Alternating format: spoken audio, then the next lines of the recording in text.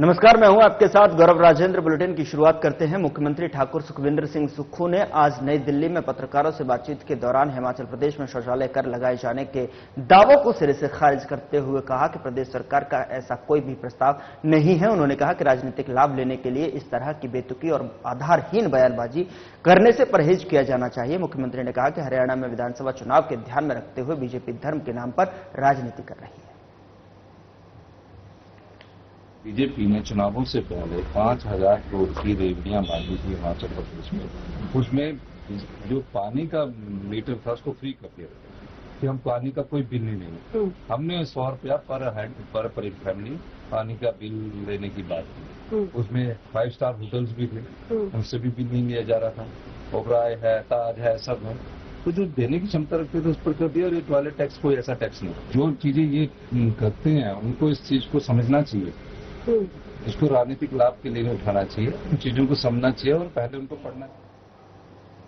उधर बिलासपुर देवभूमि हिमाचल आगमन पर बीजेपी राष्ट्रीय अध्यक्ष, केंद्रीय स्वास्थ्य परिवार कल्याण रसायन मंत्री जगत प्रकाश नड्डा का हार्दिक स्वागत अभिनंदन कार्यक्रम का आयोजन बिलासपुर में कला एवं सांस्कृतिक विभाग के मैदान में किया गया।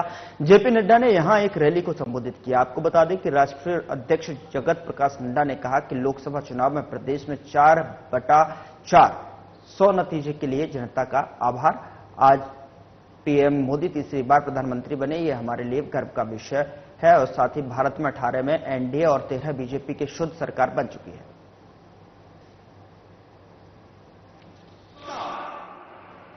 और पूरी हिम्मत के साथ मैं ये कह सकता हूं कि हिमाचल में भी अगर विकास का कोई पत्थर लगा है तो उस विकास के पत्थर के ऊपर कमल का निशान है, भारतीय जनता पार्टी का निशान है। इस बात को ध्यान रखें।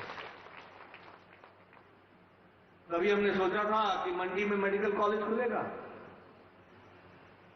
कभी हमने सोचा था कि हमीरपुर में मेडिकल कॉलेज खुलेगा, कभी हमने सोचा था कि चंबा में मेडिकल।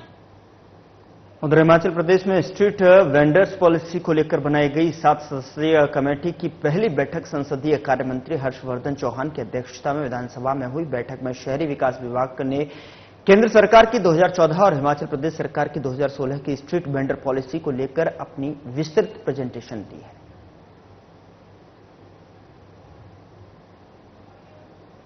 आज हमारी जो है टाउन वेंडर कमेटी जो पॉलिसी है उसके तहत जो है मीटिंग हुई है, जिसकी कमेटी के फॉर्मेशन माननीय अध्यक्ष हिमाचल प्रदेश श्री कुलदीप सिंह पठानिया जी ने की, और जिसमें सभी मेंबर्स, इसमें अनिरुद्ध सिंह जी, विक्रमादित्य सिंह जी। उधर शिमला में सीआईआई ने प्रदेश में ऊर्जा क्षेत्र की औद्योगिक इकाइयों और प्रदेश सरकार के संबंधित विभागों के साथ कॉन्क्लेव का आयोजन किया, और जिससे प्रदेश में स्थापित ऊर्जा क्षेत्र की इंडस्ट्रीज और विभागों के बीच समन्वय को लेकर चर्चा हुई। इस दौरान सबसे महत्वपूर्ण विषय हाल ही में प्रदेश में उद्योगों के लिए बढ़े विद्युत शुल्क का रहा है, जिसको लेकर बाद में सीआईआई के माध्यम से ऊर्जा क्षेत्र से जुड़ी इंडस्ट्रीज और प्रदेश सरकार की बिजली बोर्ड एनर्जीज डिपार्टमेंट के साथ एक बैठक भी रखी गई। सीआईआई के प्लेटफॉर्म से सीआईआई के माध्यम से हमने ये एक इलेक्ट्रिसिटी पावर कॉन्क्लेव किया है। इसमें जितने भी स्टेक होल्डर्स हैं, चाहे वो पावर जनरेशन वाले, बीबीएमबी वाले, स्मॉल थर्मल, सोलर एंड जितने।